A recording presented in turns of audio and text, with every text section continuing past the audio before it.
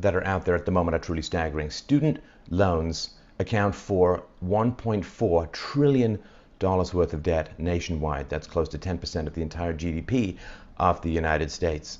Outstanding student loan balances since 2003 have increased more than 457%.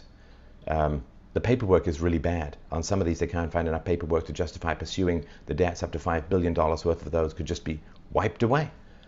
And 11% of student loan debt was at least 90 days delinquent or in default during the first quarter of this year. Every year, about 10% of student loans slip into delinquency. So it's truly astonishing and astounding stuff. And I want to run through some of the arguments about what is going on. Well, there is this general low IQ cause and effect mistake that is made continually with universities. So in the past, it was really hard to get into a university. It was for the elite, or it was for those who were dilettantes, but you still had to be very, very smart to get into this. Now, because of IQ disparities across the population and between populations, standards were lowered. And of course, government loves, like once Marxists and once leftists take over the universities, which they did fairly rapidly after the Second World War. And remember, after the Second World War, there was a GI Bill.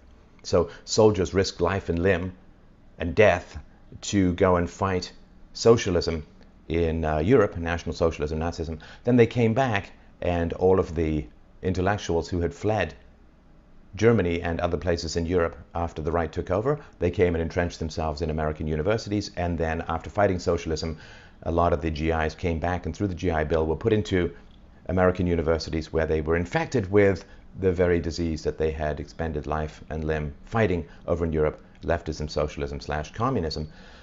And so this, of course, produced a lot of the riots in the 60s. It has produced political correctness, cultural Marxism, gender studies, all of this racial tensions, racial animosity. It's a foundational tenet of communism, of Marxism, to provoke racial tensions in order to destabilize capitalist economies and capitalist countries. See, if capitalist countries are doing really well, if free market economies are doing well, then fewer people want to become Marxists or communists. And so they have to start destabilizing. It's sabotage, right? They have to sabotage free market economies and then blame everything on the free market, which opens the gateway to hell known as communism. So this whole idea that people who are really smart go to college and then they graduate from college, they end up making a lot more money. Ooh, well, that's great. So if we want people to make more money, all we have to do is send them to college. But you see, college in the past was an effect of high IQ, you understand? So if you were really smart, then you could go to college. But here's the thing, high IQ people do well no matter what. I mean, if you look at Steve Jobs and Bill Gates, these people dropped out of college and ended up, if I remember rightly, doing a little bit of all right. I think one of them has an eBay store. Anyway, so if you're smart, you're going to do well no matter what.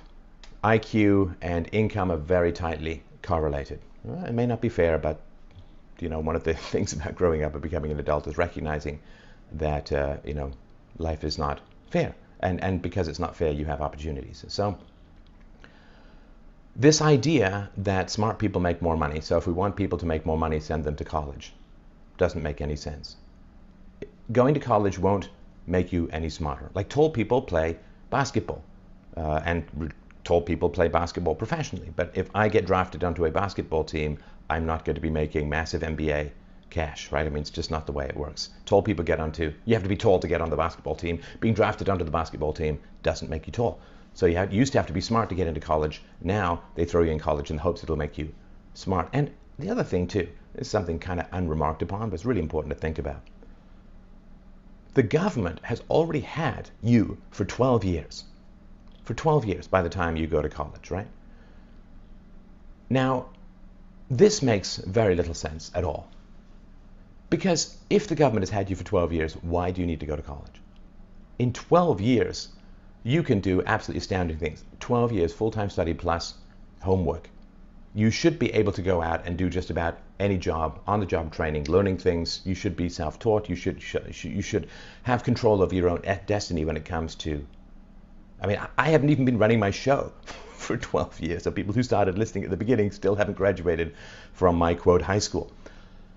And so because government schools have got progressively worse, right? Since the 1960s, in the 1960s, it became impossible basically to fire government teachers, which meant that bad teachers proliferated and good teachers generally fled bad administration and having to rub shoulders in the teachers' lounge with neck, beard, mouth breathing, overweight idiots. And so government schools got worse and worse and worse. They were pretty bad before, but they got really worse during the 1960s and after that period.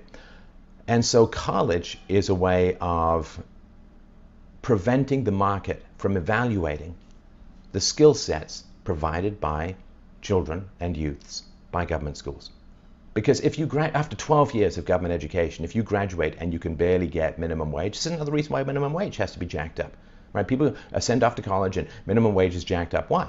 To cover up how bad the government schools are and to cover up that after 12 years, you don't have any job skills. You don't have anything that's worth anything pretty much in the free market. So again, it's just a way of deferring the market evaluation of government schools and preventing people from reforming it, because of course government schools, they're not there to help children. They're there to help incompetent people keep their jobs, and they're there to harvest tax money in the form of flow-through union dues to the Democrats, right?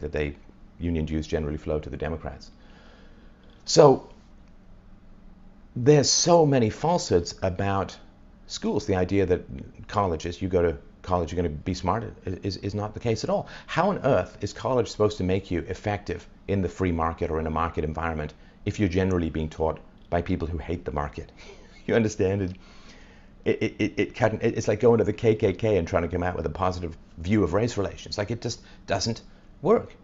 People in college, the professors in college, and I had a bunch of them too, no interest in the free market, indifference to the free market, or outright hatred of the free market. So either school is there to help you get a job in the government, or it's there to harvest you for debt and infect you with leftist propaganda, but it's certainly not there to help you succeed in the free market, because then, I mean, some exceptions, University of Chicago for econ and so on, but this idea that you're going to dump young people into unfathomable debt is fantastic for the powers that be. First of all, if you can get people to pay for being propagandized themselves, I mean, you can't get anything more efficient than that. And so you force parents to pay for the increasing leftist propaganda of kids and hypersexualization of kids in government schools through, middle school and high school. And if you can get people to go massively into debt to receive indoctrination from the left, I mean, that's absolutely fantastic for two reasons. One, the left doesn't have to pay for it. And two, when you're in debt, you can't make waves. When you're in debt, can you really strongly negotiate for wages? Well, particularly if you've been infected with hatred of the market and the idea that having a boss is the same as being a slave. And, can you go in effectively and positively and enthusiastically to get a job? And if you have to meet those treadmill dagger-spiked payments every single month, can you rock the boat? Can you make waves? Well, no, not really. So university or college these days is doing what the West as a whole is doing, which is living off the virtues of the past. We live off the capital of the past. We live off the productivity of the past. We live off the freedoms of the past. I mean, think of the Democrats these days. Do you think they'd be implementing free speech in 1776 and beyond? I don't think so. So we're living all these virtues of the past.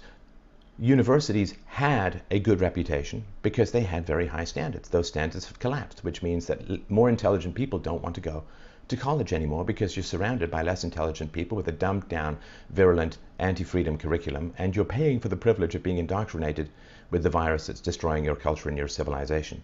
Not to mention, of course, the fact that the danger of sexual activity in college, for men in particular, has become extraordinarily high. And even the networks and the contacts that you used to be able to get in college are diminishing. Harvard is looking at getting rid of all college fraternities and sororities. So even the networks are going to be diminished and brutalized. So even that value doesn't help very much. So, my perspective is, I'm fairly well educated, but my perspective is, if you don't have to go to college to do what you want, like if it's not just you've got to jump through these hoops, you've got to be a doctor, you've got to do this, you've got to be an engineer, you've got to do that. Certainly in the arts, I don't think it's going to be very long before people realize that an arts degree is like a big, I'm a leftist troublemaker stamp on people's forehead, and